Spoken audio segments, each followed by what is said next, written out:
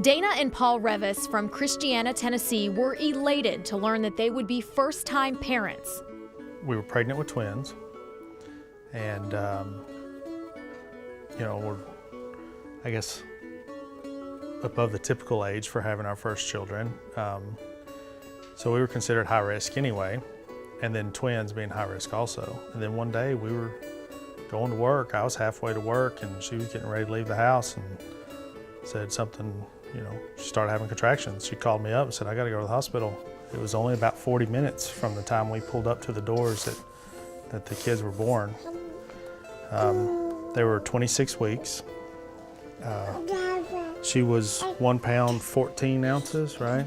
And her brother was just an ounce lighter. We named them William and Lillian. Doctors discovered that an infection had developed in the womb during Dana's pregnancy.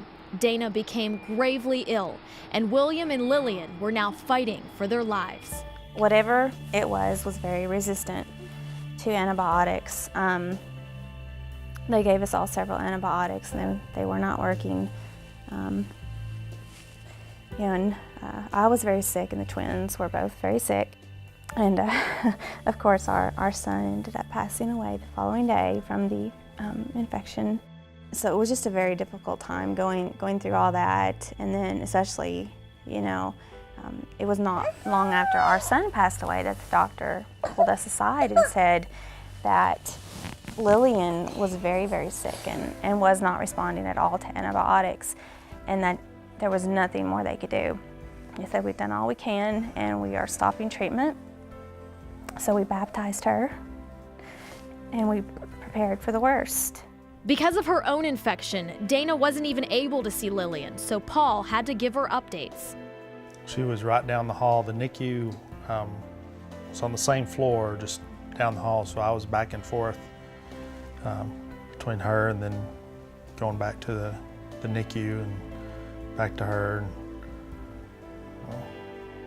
I'd come back. She couldn't see the babies because of the infection, and she was in bed, and they didn't want anything that she had to go back and infect the baby. So I would take pictures with my phone, come back, show her, tell her what was happening. As Dana's release date came closer, they struggled to find a way to stay together as a family. Being close to Lillian was all that mattered. We weren't gonna not be close. Yeah, there's no way I was going home without my little girl. The Ronald McDonald house was exactly what Dana and Paul needed. The day that I was released from the hospital, we found out that we had a room at the Ronald McDonald house.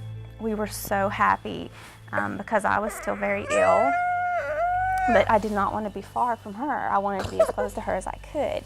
We were here for, I think it was 120 days, and there were 2 days that we didn't go. Mm-hmm. And it was because we had to go back home for stuff. Yeah, and at that time, we still didn't know if she was going to make it. Running back and forth to and from the hospital, Dana and Paul found the Ronald McDonald house a nice respite from the chaos and the stress. We would eat dinner with some of the other families that were in our situation that we had gotten to know. And it was just nice to have a little bit of normalcy in our lives.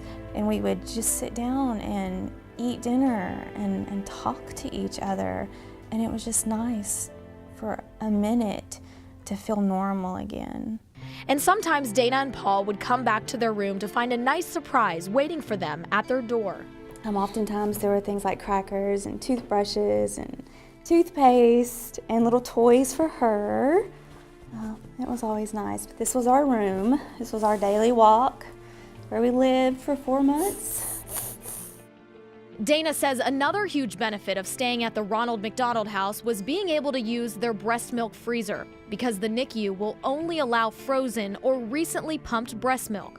So it allowed me to pump while I recuperated and then freeze it in the breast milk freezer. And also, being so close to the hospital, anytime they ran out of breast milk, they could call us. And that would allow us to quickly bring them breast milk so that she was never out, because giving her breast milk was very important to me. As time went on, Lillian continued to amaze the doctors and nurses as she fought off illness after illness. Along with the infection she was born with, she had 2 heart defects, which they said required surgery, which they could not do until she was stabilized. She had lung disease. She later acquired an NEC infection, and it was just constantly something was wrong with her. But every single time, she overcame those obstacles. And one of the really amazing things was, at first, when we were allowed to hold her, you could only hold them for a limited amount of time. And we would go every day and we would hold her.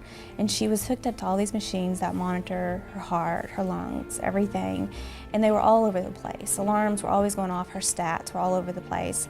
And whenever we would hold her, she would just stabilize. So because we were here, we were able to go over every single day. And being there every day, holding Lillian, feeding her, even singing and reading to her made a world of difference in her recovery. When your child is in the hospital, all you can do for them is to be there. That's all you can do. There's nothing else you can do for them but to be there with them. And that's what the Ronald McDonald House gives you, is it gives you the opportunity to do that. And I never fully realized it until we were in that situation. And as for Lillian, I'm gonna get some kisses. her parents say it best. She's doing good. We still have a few things to overcome. She is still on a heart and lung monitor. She also has weakness on her left side, but she's getting stronger, and she's overcoming everything. And her doctors cannot explain how she's doing as well as she is. She has exceeded all of their expectations. Look at all that stuff to get into. She's gonna take over the world.